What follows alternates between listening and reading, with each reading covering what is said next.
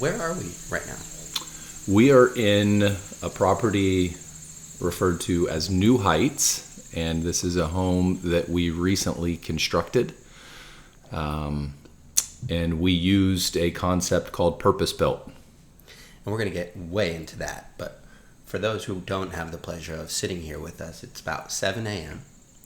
We're looking out over miles and miles of mist that have formed above the forest. Is that like basically a cloud? What we're seeing here is an effect where essentially the forest is just like a gigantic lawn, and it's just making dew. And as the sun comes up, it's going to lift off of the trees and literally create its own like atmospheric cloud system. And it will eventually, as the sun gets up, it will just continue to burn off. It's like a magical time in Blue Ridge. It is. This is a very unique experience, really, for anywhere in the whole Appalachian range. Oh, this does not happen everywhere? Well, I'm sure there are other places around the world where it happens, but I know that it happens particularly in the mountains at this elevation and throughout the region. So it's amazing. Hi, I'm Matt. I'm the founder of VRMB and the host of the Vacation Rental Show. And this is season 4 of Unlocked, the Tiny Architects edition, in which we travel to meet the world's most innovative vacation rental professionals in their element and find out what makes them so special.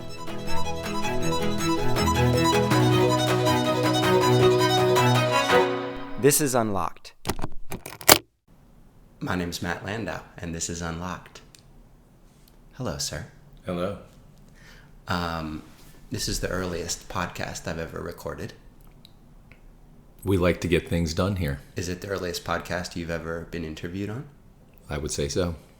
And let's start off with a very brief introduction, your name and the name of your vacation rental business. Certainly. My name is CJ Stam, and I own and operate Southern Comfort Cabin Rentals in Blue Ridge, Georgia. CJ Stam is the founder of Southern Comfort Cabin Rentals, which is located in Blue Ridge, Georgia. We actually featured CJ on the first season of our show. It was an amazing episode. I was on a road trip driving through Georgia and decided to stop over a couple nights in Blue Ridge and see CJ in his element. And this episode is different in that it's not just the background on who CJ is and how he finds himself here today, but we dive deep into the way that CJ built his business. It's almost a masterclass in how an independent property manager can build a business of the future. This home that we are in right now is how many bedrooms? This is a 4-bedroom, 4.5 bath. And when I checked in 2 days ago, I think I told you, but I got goosebumps, which has never happened before. You did not tell me. I got goosebumps walking in here. It's like it somehow spoke to my soul. Well, I'll put that in a TripAdvisor review for you. Thank you. Or some other review platform that you prefer. Certainly, we like them all. Okay. Interestingly enough, about this house, I was involved in the entire process. I have dreamed about building a house on this lot for several years. A little backstory, we do own the development that we're in as a family. And this home was constructed using funds that were received through the sale of another home that we owned as a family. So it's been a kind of a culmination of things that led to this house being here. Maybe I sensed all of that, and I just got overwhelmed with emotion when I came in here. You could feel the love. You can feel the love. You and I have conversations regularly. I'll call you unplanned and ask you if you are willing to provide some feedback on a concept. And I always look forward to those calls. And sometimes they go off in the direction that I planned. Sometimes they don't. They go off entirely new directions. We can't plan everything. We cannot. But I want to take advantage of the fact that I have you here to share with everybody in a totally different podcast It'll format. be like they're listening in to one of our phone calls. Fly on the wall. Yeah, we can do Fly that. on the virtual wall of one of our phone calls. But we've decided to actually break the conversation today up into parts because we've compartmentalized the information. So this is going to be a different kind of interview today.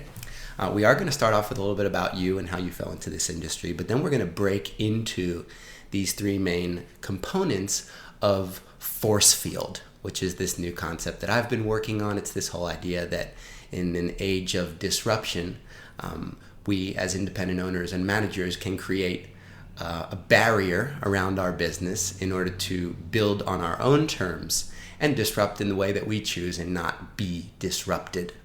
And you've, of course, taken the Forcefield concept and run with it in your own way. We're going to get into that in a moment. But to get started, let's start off with a little bit of background about you. Where were you born? I was born just outside of Atlanta, Georgia, in a town called Snellville. Snellville. Where there is a slogan there where everybody is somebody. And I had a great upbringing. We were all participating all the time in the chores around the house, and our allowances were never focused on you just get this amount for chores or whatever. It was more based on initiative. Like if he saw you doing something that wasn't asked of you but participated in the overall organization of the house, you would get rewarded. And did you end up using those skills in your first profession? I believe that it, yes, subconsciously sculpted a lot of the ways that I. What was your first profession? Well, a dishwasher at a restaurant. What kind of restaurant? It was basically a kind of a bar and grill. Okay. It was in another area of Atlanta that we had moved to. I could ride my BMX bike there. Okay. Did you work It was very Stranger Things. Susie, do you copy? This is Susie. I copy. Susie! Dusty Bun? Dusty Bun. Where have you been? I'm so sorry. I've been really busy. Trying to save the world from Russians and monsters. Like, Did you work your way up in the dishwashing field? well, it eventually led me to bussing tables. Okay. And this is like, I started that first job when I was 14 years old. Okay. And then eventually moved into serving tables. Okay. So a waiter. Which, And- by the way, don't you think every child or adult should at some time in their life wait tables to find that Absolutely. understanding of humans? Yes. Right? Definitely. I did. Any service level, anything. Yeah.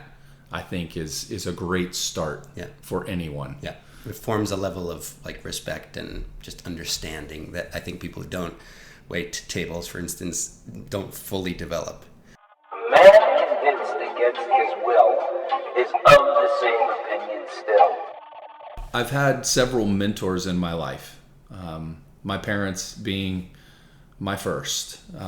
They guided me through adolescence, but then they also, as entrepreneurs, would guide our entire family principally, right, with their examples. And there's so many sayings that were heard around our house that had,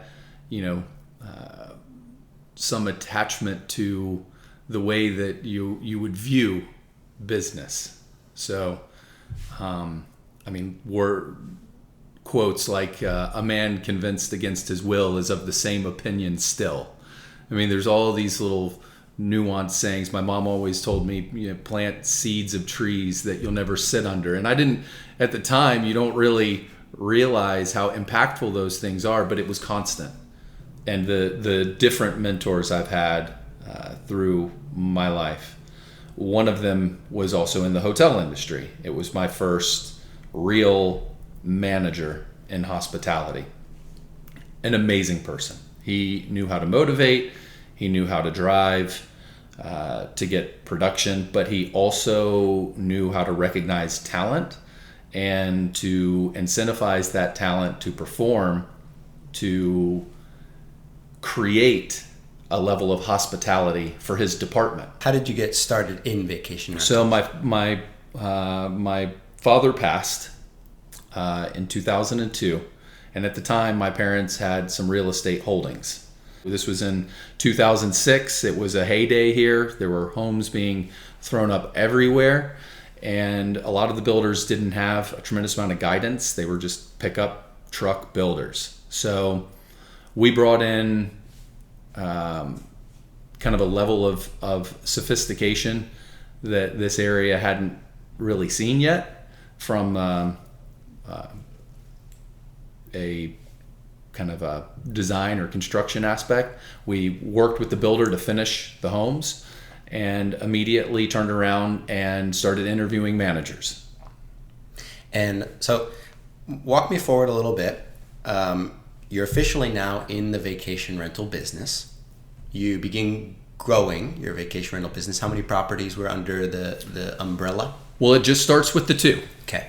So we drew up a business plan to start recruiting other homes and doing exactly what I was doing for our 2 homes since I had removed them from the management program. And this was more or less the beginning of your vacation rental journey. Absolutely, 100%. This is where my conversation with CJ takes a really interesting turn towards Forcefield, which is this concept that I've been working on, which argues that in a highly disruptive and chaotic vacation rental landscape, there's certain things that you can do as an independent owner or manager on a regular basis that build up your force field, your shield of protection that allows you to build your own business on your own terms and to be the disruptor as opposed to the disrupted. Now, when I presented this idea to CJ over the phone, he took it in an entirely different direction. He believed that there were 3 main parts of his business that were yielding the same result. This is where our conversation picks up. Startup, stabilization, exponential growth. And that was basically the trajectory that your business took. Startup, stabilization, and growth. And these are things that if you are following this path and implementing the things that we're going to talk about within each, it forms that same effect, gives you the same force field sustainability.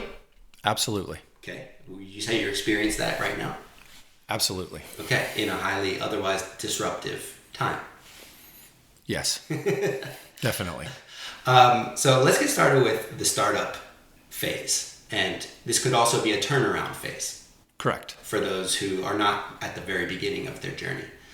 If someone is listening to this and getting started with their vacation rental business, the budget is the number one thing. 100%. How many businesses you bump into have a budget? Very few, and the ones that do operate at another level already. So a lot of times there's other areas to focus on for them, but a budget is extremely important. And what does budget look like? So budget is essentially where all your revenue is coming in. Okay. And creating cash flow. Okay. It allows you to take your historical numbers, the things that you've earned in the past. If you have been doing this for a while, if you're not correct, doing but this you can do this. You can do it on an assumption, but you have to put the income from that model on paper. Okay. And project it out. Okay. And then you're going to go and essentially start your first chart of accounts. And that's all of your expenses. Okay. Where are you going to spend the money? Whether it's now in startup, you've borrowed the money, or it's money that you've saved, or you're just going to use the revenue that's immediately coming in because you've purchased a business that has it coming in already. The allocations of that money. So you're going to go down all the way through that, and then you're going to get to the bottom of the sheet, and it's going to show you where you've got surplus and where you've got deficit, where you're making money and when you're not making money. And this gives you more or less a compass of sorts to know if you're doing well, if you're not doing well. And if you don't have that compass, when to spend, when to save. And if you don't have that compass, if someone's listening to this and they don't have a budget, let's say, it becomes very easy to get lost. Well, it is basically like getting in a car without a destination. And without any gas meter. Without a gas gauge, exactly, because it's going to let you know when you need to stop and get gas. Otherwise, you're just periodically stopping along the way and keeping it topped off. I feel like it's right around the right time to get gas. So knowing where you're going and knowing how much gas you've got in the car, that's another thing that I learned from Don. First thing, right? You have to have a dashboard. So you got your budget. Got our budget. And this was the first important step for you. Fortunately, you had Don. Correct. But now in startup / turnaround mode, our independent property manager has the budget laid out clearly. They have been trying to do almost everything on their own at this point, and it moves into this organizational matrix, which from a very high level is basically, correct me if I'm wrong, putting down all of the actions or activities that are necessary within the business. This could range from what? Everything. Answering the cell phone after hours. Everything. You have to purge everything out of your head that you know. And things, you have to even think about things that you don't know about. Subject: unknown knowns. That is to say, things that you think you know, that it turns out you did not. It's the weirdest thing to imagine. Well, you know, when you sit down, you just start listing everything out, everything that's got to happen. But it's kind of like an if this then that. You also have to think about, well, this is working this way now, but what happens if? What happens if this person leaves? What happens if that changes? And this is just the dump. The dump. You're putting everything down on paper. Correct. And how do you then organize this? What is the matrix? So I put everything into columns. Welcome to the matrix. Welcome to the matrix. Everything goes into columns. So departmentalize or compartmentalize. So like either way, financial, marketing, operations. Those are the three basic pillars. And marketing, I will put sales with that at a very high level. Now you can start to create a hierarchy within that within that information where you start breaking it out and you really start to break it down and refine it. But from the highest level, you just want to look at those pillars. And give me some quick examples of financial action items. Well, having a budget, having a chart of accounts that then allows you to get reliable financials. You have to get a financial report on your company in a closeout matter. Reporting. So reporting. Another? Yep. From a financial standpoint would be cash flow, managing the actual cash that you've got. What are some action items under marketing? So moving over to marketing, in a vacation rental business, your sales, your reservations team is a big part of marketing. Like when I started growing the company, before I could afford to hire a marketing specific person, I would delegate marketing activities to my reservations team. Some of the examples? Sending out postcards to every single guest that stayed with us. If you can break things down into getting done right then and there, rather than letting it build up, right? I've always found that if you let something build up and try to do it in big chunks, if someone procrastinates, it's not going to get done. What are some of the other items in marketing? Your brand guidelines. Okay. Another example, updating listing. Onboarding properties, and then... That's marketing? Well, yeah, absolutely. Onboarding the property is describing to the customer or the viewer what the property is and doing it in a way that supports your brand. Okay. And then the third example, just so people have some ideas of operations, what would be some of those items in your All right, list? so now moving over to that column, and we're completely out of order, FYI. Okay. And I'm gonna come back after we talk about operations to really explain something that I've learned through my business dealing. So operations is now how things get done, right? What you're marketing that you say you can do, actually pulling it off. Okay. A lot of people in marketing it's easy to sell. It's easy to say what you're going to do. But the operation side is what creates the product. And so what are some actual examples of operations? Okay, inspecting homes when that takes place, when the cleaning of the home takes place, how the linens are handled, how the hot tubs are cleaned. So this list that that's basically a brain dump of all the activities that they are currently doing and that they may need to be doing. This is now one big long list. And then you're taking the big long list and prioritizing by the departments, and to begin with those three: Okay.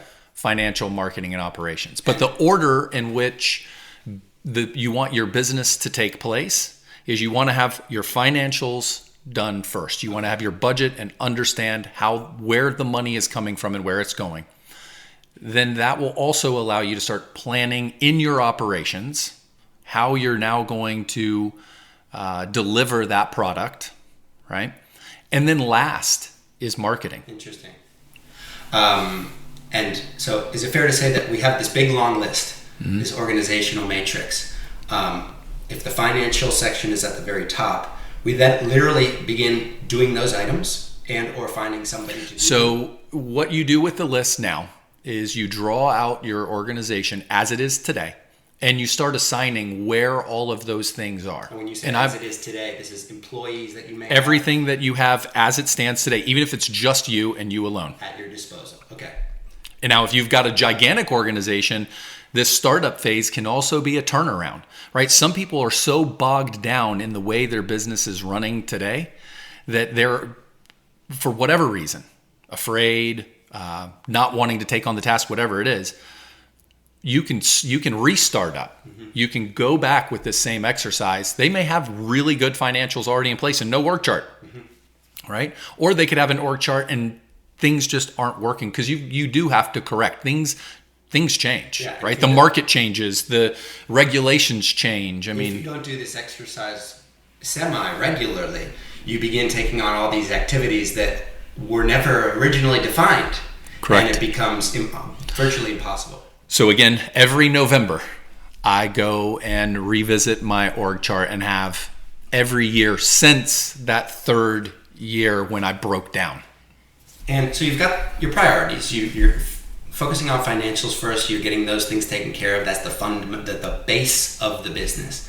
You've got these other things. You've drawn out the business the way that it currently exists. You've begun assigning those tasks to the existing resources. In some cases, it may mean all these tasks are falling now on your shoulders, but at least they've been written out. Correct. That's the most important thing. And in some cases, you will not be able to do all those things, in which case do you look for help?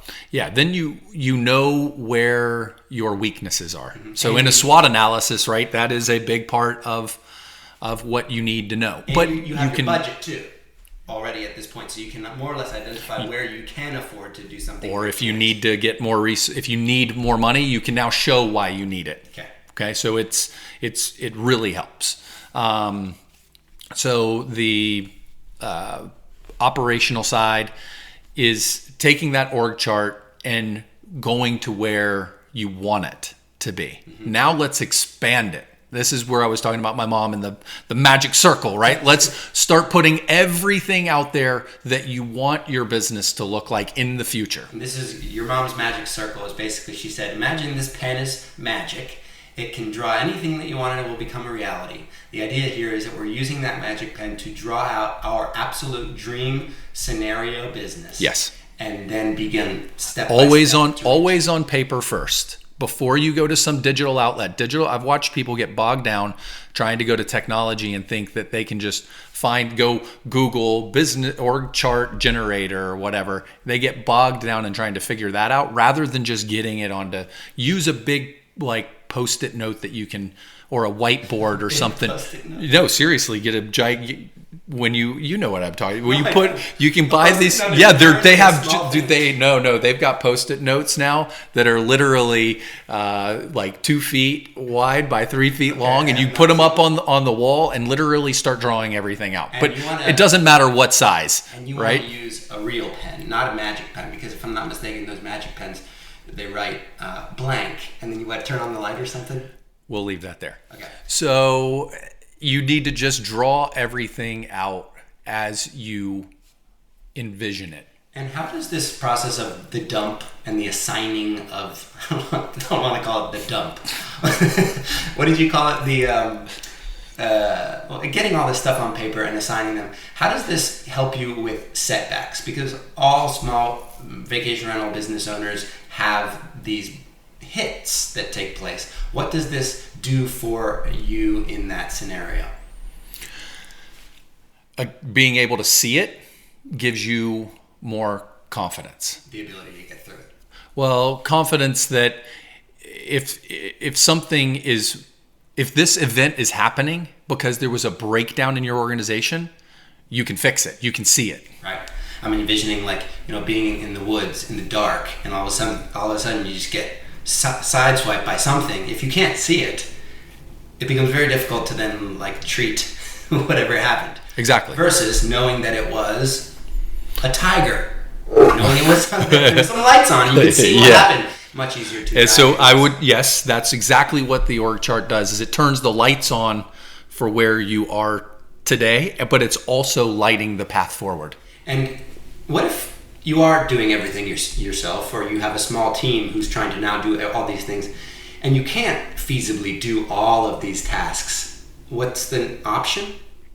Okay, so this is where you have to decide the importance of these items, because you only have so much time, and there are things that produce and things that do not, right? And this is where your knowledge of yourself, your team, and the situation, this is what makes you unique. You get to decide how that's going to get handled. Are you going to procrastinate it and put it on the shelf and wait for it to become so aggravating that you're forced to deal with it? Or are you going to break it down into daily, weekly, monthly, quarterly, annual cycles where you can manage it? And would it also be fair to say that with all these things clearly laid out, you now have much more credibility if you were to go and ask for money, let's say, or if you were to take an additional gamble and take some money out of another place where you had it. At least now you've got the roadmap. Exactly. And ultimately what you wind up creating in business terms is an executive summary of your business. You are showing what the financials are. You are showing how you're going to operate the business in order to make the money and preserve the money, and where your market is, right? Where you're selling, how you're going to sell. And that is essentially what makes up the most basic part, the general pitch for your bigger plan. And you've got all these things done. This creates a baseline force field, would you say? 100% baseline force field, because now two things happen here, right? In this startup or turnaround phase, you learn very quickly what's going to work and not work. And if you've got the plan, you can go back and adjust the plan. Mm-hmm. If you don't have a plan, you don't have a plan. You're vulnerable. You don't have a plan.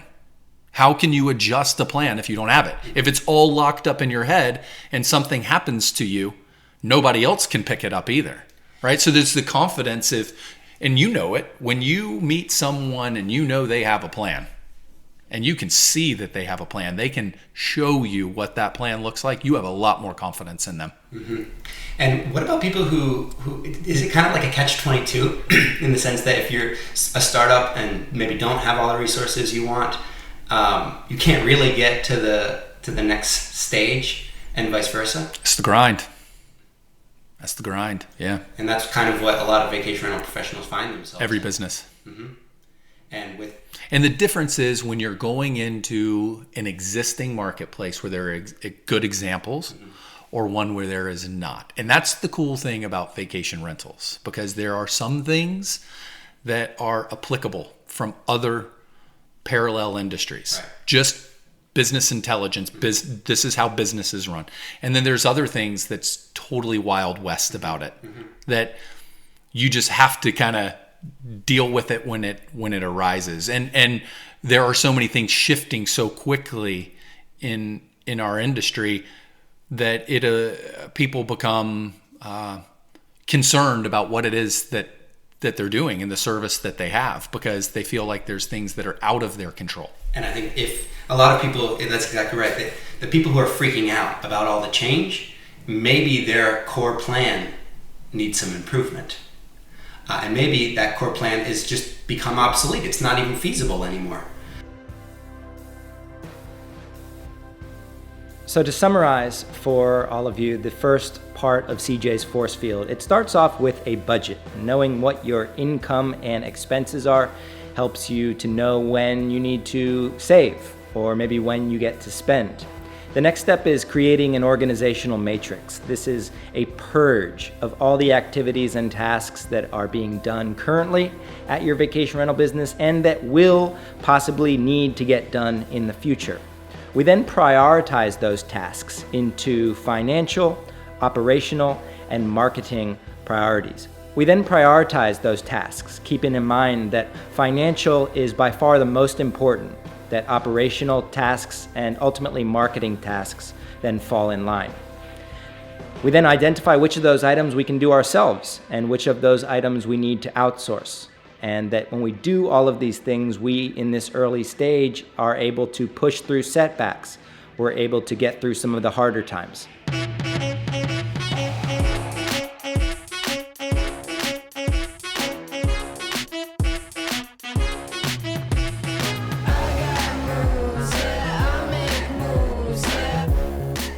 This is Sean Miller, the president of Point Central. As a sponsor of the podcast, and also as a person who recently beat Matt in a one-on-one basketball game, we have the opportunity to interview Matt in this season's podcast. But we're going to save the full interview for the end of the season. Right now, we're going to share a small tidbit with you. Enjoy. Your show recently was picked up for some more international distribution. Parentheses, Matt's doing a little dance right here in front of us. Happy dance. I've heard congratulations. I've heard, there's rumblings of it maybe being shown at Cannes and picking up some other stuff. So that's awesome to hear. Where do you want your show to be in 5 years, and what role do you want that show to play within the industry as we evolve?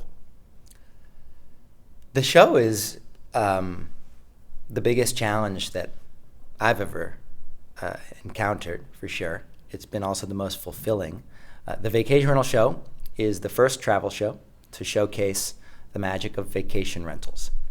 And the mission has always been to introduce newcomers to vacation rentals with realistic expectations by showing what our industry is capable of.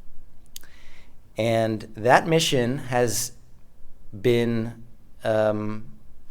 great. I mean, we're encountering travelers who have never stayed in vacation rentals before, are realizing how interesting it may be instead of a hotel for their next trip to consider a vacation rental. We're actually changing behavior, and if it works, if people have a good time in that experience, they attribute all of this back to our wonderful industry. And so I think ideally, I'm not sure what kind of platforms the show is on. I'm not sure exactly what kinds of television sets or screens people will be watching it on. Heck, in 5 years at this rate, they may be watching it like inside of their ear or something. I don't know. I think most important to us is continuing to represent the values and the strengths of the independent owners and managers. And I think we're going to continue doing that to a greater and greater audience. I think we're going to continue refining our understanding and our ability to story tell, which is really all we're doing. And ultimately, I think that this vacation rental movement opens people's eyes up to more than just a place to stay, a different kind of place to stay, but a kind of transformative experience, a new way to travel, a new way to be, really. And if we can impact people to the extent that they make a small decision, different kind of restaurant that they may go to on their next vacation, a different kind of destination, a stranger that they may reach out to and chat with, if we can effectuate that change, I think that is an absolute dreamy position to be in 5 years from now. And of course, so long as I'm doing it with the same team and featuring people that I admire so much. All right, enough interviewing me. If you want to learn more about Point Central, head over to pointcentral.com/VRMB. You can sign up for a free demo, get free HVAC analytics, and Sean's team takes incredibly good care of people. Now let's get back to the show.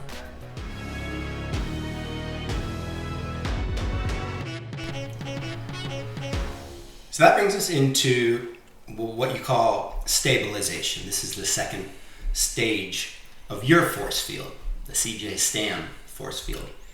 And in one word, what is the stabilization phase about? Work. Work. Working the plan. Oh, so 3 words. Well, you only gave me the choice True. of one. I thought you were going to say optimizing. Optimizing would be another good word. A good synonym for it. Yeah.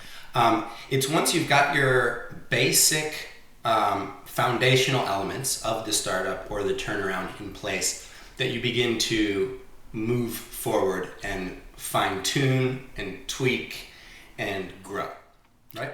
Correct. You're testing maybe some of the concepts, the ideas that you had for your plan, and you're stabilizing or optimizing the areas that you've already got in place. So for someone with one property who doesn't want any more, that stabilization could mean one thing. And to someone who's a property manager of 50 properties, it could mean something totally different. No matter what your plan is to begin with, this stabilization phase is about sort of waterproofing it. Your example there would be one person with their one property, how they are presenting the product to their customer consistently.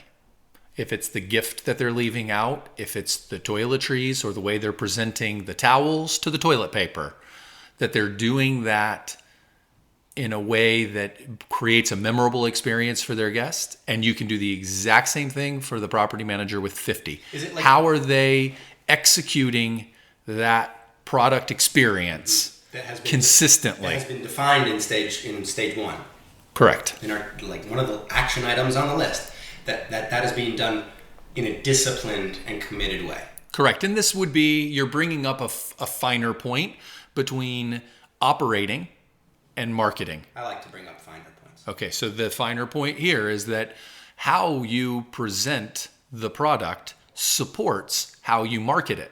Most people will go and market something or sell an idea first. It's easy to go make your house look awesome on the internet. It's another to consistently produce an experience for the same customer coming back time and time again, that's then going to pick up on the nuanced improvements over time, or the multiple guests that are coming and saying, I would come back and do that again because it was presented in such a good way. So I'm guessing repeat and referral business is a core component of this stabilization. It would be absolutely part of that phase. How do you attract new guests? And then how do you retain them? How do you get them to come back? And an example of where you're at right now, you have how many people are on your former guest list, would you say? We're up in the 30,000 range. And these people receive a newsletter regularly. What do they get? So our direct mailing list, whether it be by mail or email, has been cold. So there are people that have opted out, etc. So it's basically, it's self-regulated, right? We allow people to opt out if they don't want to receive the information. And what is the information? So we have a strategy and it's evolved, but we want to stay out in front of the customer as much as possible. And email is a good way to do that, where we're presenting things to do in the area. Okay. Like a restaurant that opened, or more items that are activities. Okay. Tubing. Yes. Down the Toccoa. Yes. Experiences. Okay.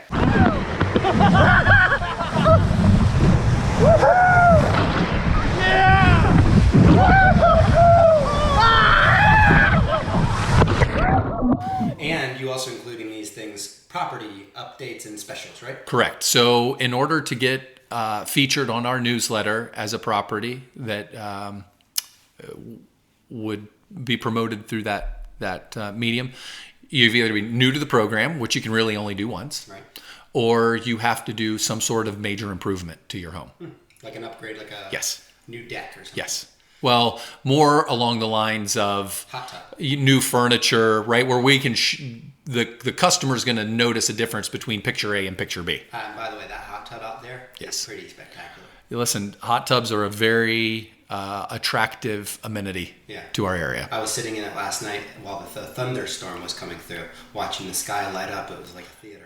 You know, if we could plan those types of things, it would be order your own thunderstorm tonight. And just so that it doesn't rain on you, you just watch it roll across the mountains with lightning. I mean, that would be priceless. So these emails go out regularly. And when you have done this over time, when you've stayed disciplined to this kind of staying in front of your former guests, you're able to then almost kickstart a new property, right? Absolutely. This is a perfect example. This home, New Heights, we built it, we furnished it, and we built it with the photography in mind. We built it with the experience of its location, the view that envelops you, right? All of those things were considered so that when we took it to market, we knew that we were bringing a product to the market that our guests would jump on. So you included it in the website and the newsletter or something? So we put it on our website first, and we have a process, an onboarding process that my team is incentivized to get a home to a certain point, and at that point, they get a reward, and then it gets basically announced to the world. So we soft launch it which is just quietly. Right? It just kind of appears on the website. We don't draw any attention to it. A lot of times we'll inform the owner that that's when they need to block any of their dates in advance. And then we hit it full force. And it goes across social. And we don't use one of those systems where you just put it and it distributes it. We still hand curate all of our social. Okay. None of our social is automated. And what happened when you did that? Well, we tried to automate our social for a while. And I'm sorry. Well, I'm going to kind of deviate for a second and come back because this is important. Automating your social might sound good on paper, but it sounds like a chatbot to your customer. You can sense it. Yeah. And that's part of our strategy when we put a new home on the market is that we announce it and then we announce it to each of our audiences in a unique way. And what happened when you put New Heights up? Within 1 month of putting it online, it already produced, and so we've got half a year left. We had forecasted revenue for this house for an entire, what 12 months should look like. In 1 month, we produced 100%, right, of what we predicted it would. Wow. In the 6 months remaining in the calendar year. Wow. Because that's just the booking cycle for up here. And that you've earned that. There's 30,000 people receiving these emails. There's how many people who you know. Someone can't do that if it's a startup. You're not going to be able to do that overnight, right? Yeah. I mean, this is a stabilization. And that's where if we were to dive deeper into distribution and things like that, some of the big guys, HomeAway, Airbnb, Booking.com, right? The big guys, they have loyal audiences that will just book through their channel. That's fine. And that's your initial introduction a lot of times. If you don't have a market, you use their market. Yeah. Well, listing site independence is one of the big frameworks of VRMB. A lot of people mistakenly think that it's about getting away from the listing site, but in fact, listing sites are probably the best tool. It is a tool to use as a springboard in getting started. It's maybe unlike any other industry that exists in which a small business owner can literally begin accepting bookings overnight. Oddly enough, and we're still in stabilization, right? We're looking at different ways that you can optimize your business, right? It is operating this way. How can I make it a little bit better? How can I get in front of more eyeballs? Southern Comfort Cabin Rentals, for years, we were 100% direct book company. Wow. All right. It was all SEO. It was all search engine optimization and word of mouth, no listing sites. And was that not great?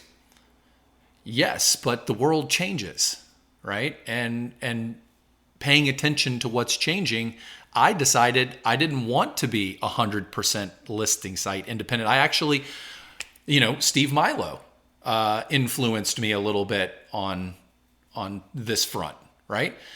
it is a partnership there. It's a marketing partnership. So I decided that I would start listing. And we don't list all of our homes in all of the places. We've gone out and looked at which marketplace we think our homes will produce, and we optimize them. We put certain homes on certain sites at essentially certain times. And that becomes part of the yield management, right? Revenue management side of how we can produce what the owner wants for their home. So the repeat and referral marketing, this being disciplined and tweaking and optimizing your marketing, is one huge component of stabilization. Another big component is operations being brought in-house. Yes. Talk to me about one or two examples real quick. Okay, so the small property manager likely can't afford to have a maintenance person on staff. They're either the maintenance person themselves, or they're trying to hunt down a handyman after hours. Urban markets, they've got, all the different electrical and plumbing companies. They've got a plethora. Rural areas do not. So that is a market specific area for optimization, looking at how you are going to get those things done. So in the case of maintenance, this would theoretically be like drawing that perfect scenario that we talked about in stage one, adding in a line item for full-time maintenance man, bringing it in-house. Yes, absolutely. Well, that would just fall under payroll in general. And then your organizational chart, you actually dissect each person in the organizational chart, assigning. Not actually. No, not actually. Not the 8th grade frog. So what I've done is I created a job description template. So each person on the org chart now has a job description, and that job description describes exactly what it is that they're going to do. So they're taking these tasks off the master list, the brain dump as you call it, and you're assigning it to a person. That person then has a process that they follow in order to get that job done, and they're assigned a cost, a value, right? How much does that employee... And now you just take your entire org chart, every single job description, and it's very easy to see what your payroll. Because I think the perfect example is that maintenance thing. If you happen to be a handy person and you're able to fix the things at your property, that's actually not free. No. It's saving you the $250 that it would cost to have a maintenance person come out and fix it, but it's not sustainable to think. And it's not scalable. And it's not scalable because you can only fix so many things. I was actually in CJ's office later on that afternoon, and I bumped into his office manager, Pearl, who was able to walk me through how this organizational matrix actually plays out in the business. What is the organizational chart or the organizational matrix? Like, what is it? Or what does it like allow you to do? He keeps talking about it. I don't know what it is. It keeps up with everybody knows how to do what they got to do. So if you have somebody at reservations, they know to call over here and talk to Dixie, that's maintenance. Or if it's a new house that's on board, and they know to call over here and talk to Alicia. Or if it's a housekeeping issue, they know Amanda. So our organizational chart is departmentalized into reservations and operations. And then in operations, you have those certain people that do certain things. And if you didn't have the organizational chart, you would have it all in your head, and it would be almost impossible to keep track of. We would be a mess. Yes.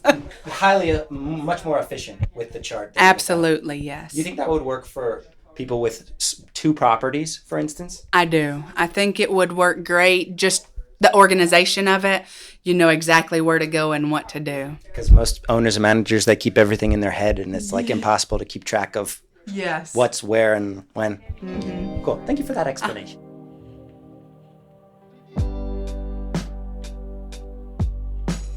Give me another example of bringing something in-house. Linens. Okay. Washing the linens at the home or taking them to a facility of some sort. Would you say linens and things? You like what I did? Linens and things? Linens and things. Very good. Very good. So well done. Is this the same idea that at the very beginning these would be outsourced to some contractors, or in some cases? Correct. Housekeeping could be an independent contractor who's washing the linens at the property. Again, that doesn't scale. From a sanitation standpoint, you're not really ahead of the curve, right? You're doing it in just a very generic, plain way. Reactionary way. Yes. And so what would it look like to bring that linens in-house? So you've got multiple options for bringing linens in-house. You can, and this is actually, I'm going to jump forward. I'm going to come right back again. Getting into the exponential growth stage where you're investing in other areas, right? Because you've now earned or purchased your time back to focus on areas that could be new sources of revenue.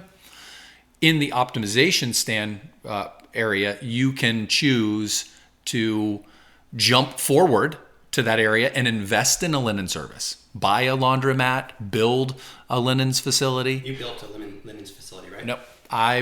From a business strategy standpoint, I decided to partner with a linen company and lease the linens because for me, it was an asset light model. I didn't have to put up all the capital to build a facility to buy the linens. Instead, they provide the facility, they provide the linens. I pay them a fixed cost per piece. So that's one of the examples yes. In-house, bringing in-house. Yes, but then you learn after you do that if you can really scale it. So this company that I partnered with, right? And this is something for other people to think about if they're going to do it this way. As I've grown, they've got to grow too. Mm-hmm. Every time I bring on a new property, they've got to buy more inventory. So you need to make sure who you partner with can scale with you. I mean, if you're planning to grow that way. Mm-hmm. So stabilization is kind of optimizing things, being disciplined about the original plan that you set forth. I would even go as far as to say reassessing your original budget, reassessing your original organizational matrix. That, to me, is an annual task. You pick a time of the year based on your seasons where reviewing your organizational chart helps you to plan for the next year. And one of the items that I do in that planning session is I'll actually write out all of the goals that I have for the business the next year. The bigger items, right? The horizon items, the things we're moving toward. Now we're going to roadmap how we're going to get there. Is it this person in the organization that's going to lead up, okay, going to a new ticketing system for housekeeping and maintenance. And ticketing system, for those who don't know it, is basically a way to schedule and track all of the different things that need to be cleaned or fixed or replaced or communicated with your team or to the owner. And is that something you'd recommend for anyone, no matter how many properties are being managed? Absolutely. Even if it's for yourself. You got to look either at the if you have an all-in-one solution, what that PMS offers, or if you're just a few properties or a lot of properties and you want to bolt on someone that's professional just focused on that area. And all of these things, if you're doing them consistently and being disciplined, give you the ability to sustain hits in a new way. Absolutely. It's almost like installing an airbag system into cars, right? That was something that took place a long time ago. But it if when you do get into the accident, it cushions the blow, right? The same thing's happening here inside your organization. If you get hit with something, you know that you've got the organization in place that can absorb that hit. But sometimes it happens internally too, right? In this example, an employee leaves. Okay. Yeah, your best employee leaves. Your employee leaves. Another example? That would be more internal. So you've got external hits. Those are things that are coming from the outside, and internal hits. What's an example from the outside? A bad 1-star review that can be devastating and can really hurt you, especially if it's false and having to deal with that. And if you're not doing... Or a legitimate 1-star review where you failed. Right. If you're not following these steps, if you haven't done all the things we talk about in startup or turnaround, if you're not being sort of disciplined with your optimization, that kind of thing can sink you. Yeah. Well, and I'm still also thinking about the Forcefield and having this barrier that protects you from things like regulation too. If you're operating, and this is going to affect property managers at different levels and different places. At different times. Yes. A single property manager in a city that bans rentals has very little power. but a company that has already brought in a lot of processes and is providing a product to homeowners, and they regulate it out, you still have a business. You still have a business. Yes, it may hurt, but you still have a business that you can shift on. If you've got that plan in place, you could start, you could ultimately, and I know I'm going somewhere completely different, but you could pivot to becoming a housekeeping company, literally overnight. And then you can plan on that. So I know I just went somewhere completely I like it off. because it's really directly connected to this force field idea. The more of these things that you are putting in up front, with preventatively speaking, whenever that adversity does strike, whether it's a market shift or an industry change or something totally freak, the more you have put in up front, the more you can sustain, the more sustainable it is, the more longer you can predictably survive. Let's go into the third stage. Let's do it. Shall we? Let's do it. You want to physically move, or should we just stay seated? I'm comfortable. Me too. This is a nice room. This is a nice room. So stage 3 of your force field is what you call exponential growth. And this is when, I think, the startup and turnaround phase stuff has been planted and sitting on sturdy ground. The stabilization is sort of a longer term thing that requires discipline and constant improvement and tweaking. Exponential growth sounds to me like the flywheel, Jim Collins, which only happens after slow revolutions of this big heavy flywheel take place, one and then another and then another, and it slightly gets faster and faster until the flywheel is beginning to whoosh. Whoosh. Is that roughly what the exponential growth is about? Exponential growth is when exactly what you just said. Once you've got this organization running and you have resources at your disposal, you can now look at the productivity of the entire organization and then decide if you want to start to, what I call, runway other ideas out of your existing organization. And runway other ideas means test out. Correct. Yes. Test kitchen would be another way to describe it, right? You can bring something in and try it on a very small basis and see what happens. You can experiment with it within your organization. Like what? Well, what have you runwayed? Well, a perfect example of that would be the improvement program that we offer our owners. Okay. And how it's led into actually building homes. I mean, we started by an owner would come to us and say, I need to repair this or fix this, or I want to improve this. Who would you recommend? Well, now we're just recommending them to a referral, somebody we know that can help them. Well, what we learned from that is that we don't have any control over that relationship or the situation if it goes wrong after the referral has taken place. So I refer someone to a contractor to do something for them, and the contractor doesn't do a good job. Sure, they're mad at the contractor, but they're also mad at me. Mm-hmm. So we started bringing that stuff in-house, right? And then other things that are more kind of intangible that are not necessarily delegated out. The experience of seeing hundreds of properties and knowing that a room shifted this way or these things taken down out of the room will help the way the photography looks. So you go out and you physically do those things.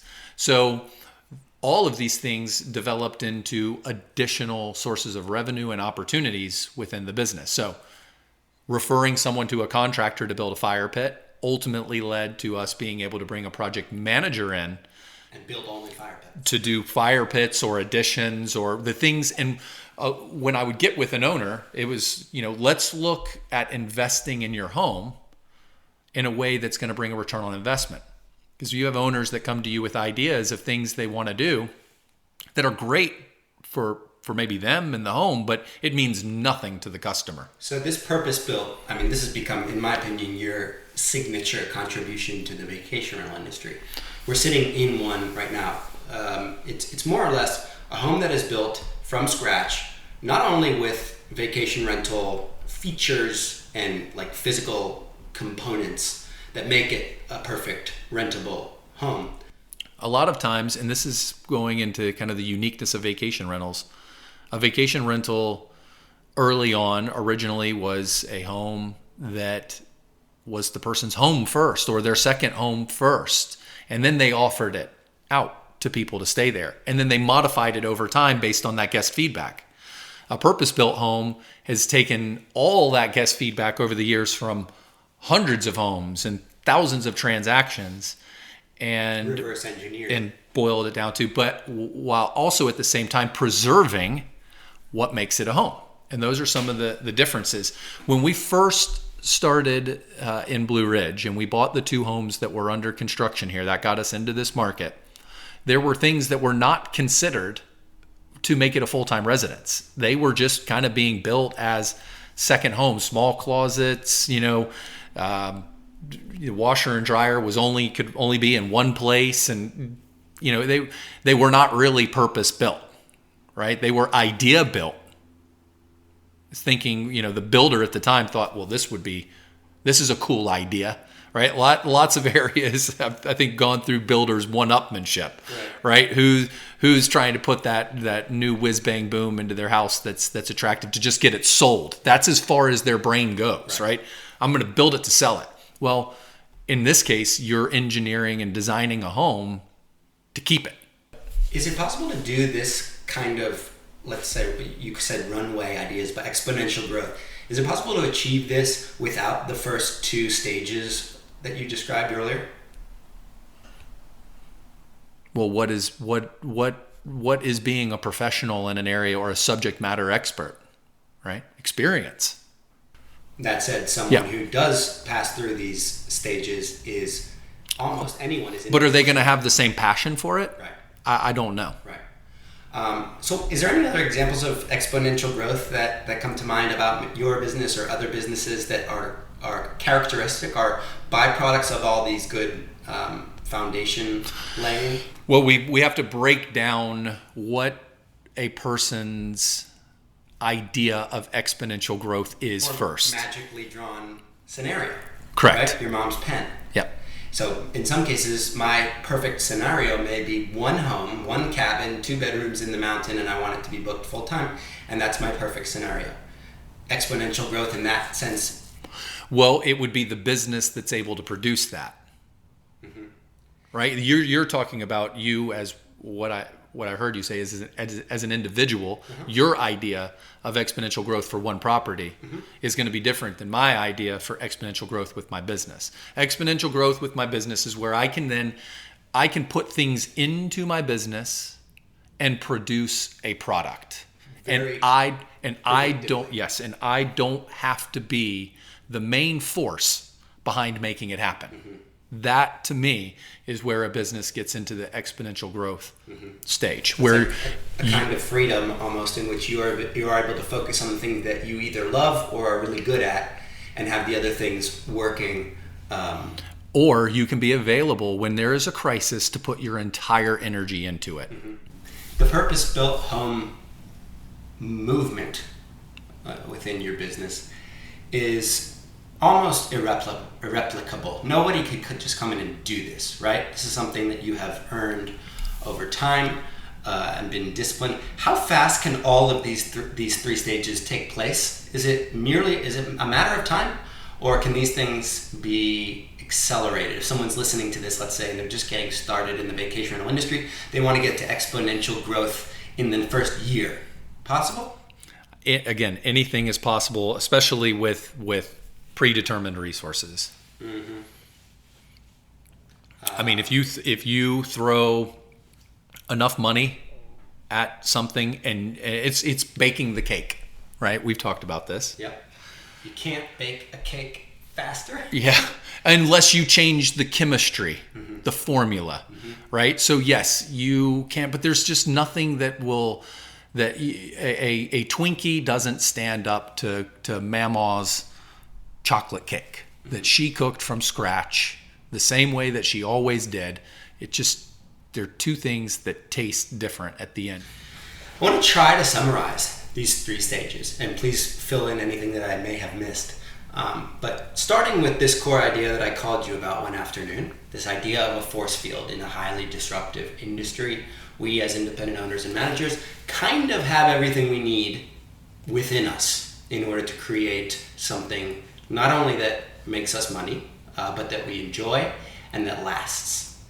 Creating a force field allows you to do your business on your own terms. It allows you to disrupt as opposed to become terribly disrupted.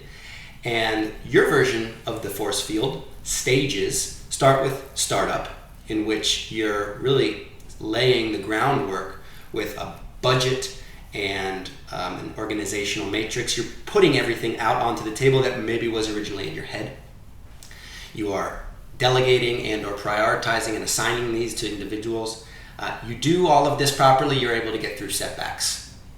You may also need a healthy dose of courage and patience, but if you love it, you push through it, and that brings you into stabilization stage 2, which is sort of synonymous with work, putting in the man hours or the woman hours, optimizing your business. It's in the cornerstones, right? The startup or the turnaround is building the foundation or going back and shearing up the foundation. Mm-hmm.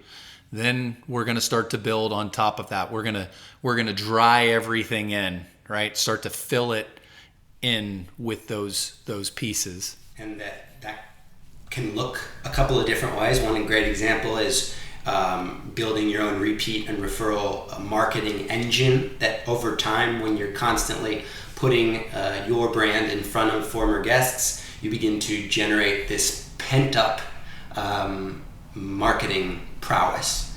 And also an example would be bringing something like linen service or maintenance service in-house. And being able to differentiate a good idea from a bad idea. Because you have now the knowledge. Right. Someone's bringing something to you that could ultimately be an opportunity for your business. You can differentiate the guy that's just, or gal that's selling the widget of the day to, hang on, this could be amazing for the business. And anything that's amazing for the business means that it's good for the customer, right? It's good for the client, and it's good for the business. And that in a more extreme version of that, the inverse example would be if you get hit, if you take a blow, that stabilization stage builds you the cushion, it builds you the airbag to be able to basically not die. Using my tiger analogy, I don't know what would be a good tool to protect yourself from a tiger in the forest, but and doing all the... Being able to run faster than the other person you're with. A samurai sword. Doing all those stabilization disciplines brings you eventually into growth mode, which is about momentum. It's about your business functioning without you in the most critical elements, or perhaps more importantly, in allowing you to focus on the things that you are best at or the things that you love most.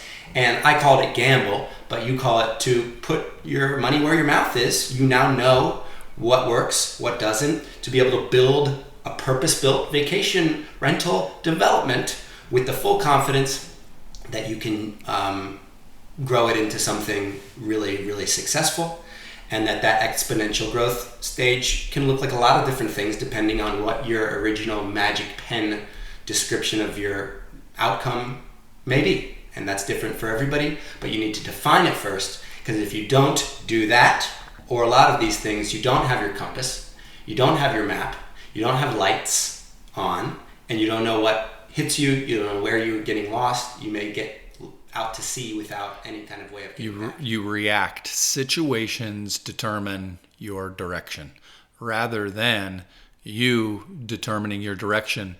And if you get lost, you have the tools, or if you get off path, you have the tools to quickly get you back on path. But to have the vision for where you want to go comes from that list of all of the items in the organizational chart, having a vision for what the end result will look like makes decisions faster. You and I talked about this with building, right? If you have never built a home before, you're going to agonize over all the different little decisions that have to be made along the way. Because you don't know. You don't know, right? Or you think you know, and then reality happens. As opposed to having a clear vision for what you want when you start. You sit down with the plans. You take a red pen. You mark those plans up. You tried to predict the things inside of that you want changed before you start. And then the dilemma becomes very easy. Either yes, this fits into my plan, or no, it doesn't. Correct. And you move forward knowing where you want to go. Now, it could be a 1 month thing, right? A quarterly thing, and a year-long thing, a 3-year thing, a 5-year thing, a 10-year thing. But as long as you have that plan between now, where you're at today, and where you want to go, you can more confidently navigate. And if you can envision what it's going to look like, that's probably the hardest part, right? Actually imagine what the end result looks like, what it feels like, right? Let's just get kind of out there a little bit for a second. Matt Landau, what is your dream for what you're doing? What does it look like at the end? Is there an end? Or is it just an evolution where you get to a spot in your environment, in your sphere of influence, that it produces a feeling? What is that feeling? That's a very good question. I like how you've just turned the table on me here. I don't think I have the vision that you do, in that I don't know exactly what the path that I want to go to looks like at the end. Mine is more based on a set of principles, the pieces of the journey that I want, that I really find valuable to me. And I try to only do things that fall under those principles. And if something falls outside of those principles, I'll just pass on it. And hope, at least has worked until now, hope that these principles and doing the kinds of things that I want and with the kinds of people that I like will lead me in a place that to an end point that I may have not been able to predict ahead of time. Does that count as a vision, or is that sort of like what does success feel like when you've gotten there? What does tomorrow look like? I think you're living your dream right now. Well, I had an interesting epiphany last night sitting there in the hot tub. It was that, and I'm going to use your mom's magic pen example, is that if I had a magic pen and I was drawing my perfect business that was free from any kind of restraints, unlimited checkbook, it would look a lot like the things that I get to do right now, like sitting here with you, talking about this sort of thing, or whether it was tubing down the river with you yesterday, or sitting down to lunch with Bill at Oyster. Those to me are built of the principles that I would kill for. And they're also not totally extravagant things. They're just things I really enjoy. And I kind of felt like it is kind of a dream to be able to do that. So you may have already inherently done this. By accident. So 3 years ago, did you imagine? No. Then how did you get here? Those principles. Sticking to those principles. Working with people that seem to stick to those principles too. I think I did have something of a organizational matrix, but it was not written out like the way you've now trained me to do. I did have something of a budget in my head, but again, it was not written out like the way I was supposed to do it. I will say that my vacation rental business had none of these things, and I think it suffered from those things greatly. I arrived at a point where I was like, I'm not sure even what I'm doing now anymore. So you learned a lot by accident in your startup. Yes. So you're in stabilization right now. Yes, I was going to self-identify. Haven't gotten to growth, exponential growth yet. And exponential growth to you is what we're going to challenge each other to envision. Yeah, and but to ask ourselves, now that you've accomplished this feeling, yeah, you're at a mountaintop right now. Yeah. Right? You know, what I've learned in being in the mountains and traveling to the mountains is sometimes when you get up on top of a mountain, what do you see? More mountains, taller mountains, bigger mountains, further away. What do you see from And one of the, up there. There's a guy that I really respect. His name's Sean D'Souza, and he has an educational company online called Psychotactics. And what I really like about him is that he has drawn out his vision. He's kind of a blend between you and me. He's on the educational side of things, but he also has a very clear vision for what he wants. What he wants is to have his online educational business bringing in, I think it's $500,000 a year. That is his perfect peak income.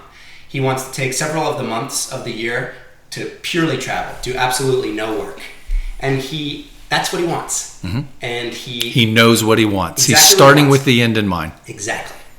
And I like that. Just gets me very excited because, maybe you don't need to be a gazillionaire in order to live your perfect dream. Maybe it is these lifestyle elements that are far more valuable to you. So I like to think that if I can find some mountaintop in that sense to reach, that will be the first step, and then who knows, maybe I'll see another mountain. But I keep going back to these principles. Your perception changes, right? Every time you move further. Yeah, your horizons, your exposure to new things cause you to look at things differently. Going back and reading an old book is a perfect example, right? Going back and reading a book, applying the principles, actually doing them, then going back and reading it again. It's like you're reading the same thing, but you're hearing it a completely different way. So I would say anybody that's in a business right now that is just, they're either starting it or they're getting pummeled in a business right now, knowing why you're doing it is crucial. Recalibrating. In determining the direction. And then that allows them to do exactly that, to build their force field. You can't build the force field without knowing that. I think that's the first step. Exactly. Yeah. So you identify that, then you begin building your force field, whatever it looks like, and you build yourself something of a protection. Get emotionally attached to the idea of what the end result looks like. Yeah. That will drive you. The force field has taken on a whole new definition since I arrived in Blue Ridge. But I just wanted to thank you, one, for spilling out all of these sort of secret sauce that you've clearly been executing over the years. And I'm sitting here in this gorgeous purpose-built vacation rental. The feeling is of one of goosebumps. But I'd also like to thank you for your friendship and your hospitality. Part of the big benefit of the industry for me is that the people in it are just remarkable people doing remarkable things, and you are a consummate steward of all that. So thank you. I am thankful for the forces, right, that were at play, right, that brought all of this together. You getting a little teary-eyed? I'm known to do that from time to time. I am. Thank you. You're welcome. It's my pleasure. Hey folks, thanks for listening. I just wanted to remind everyone that this episode was brought to you by Point Central, the home automation experts of our industry. You can head over to pointcentral.com/VRMB, fill out the form, and take a free demo. You'll also get free HVAC analytics, and I can promise you that Sean's team will take great care.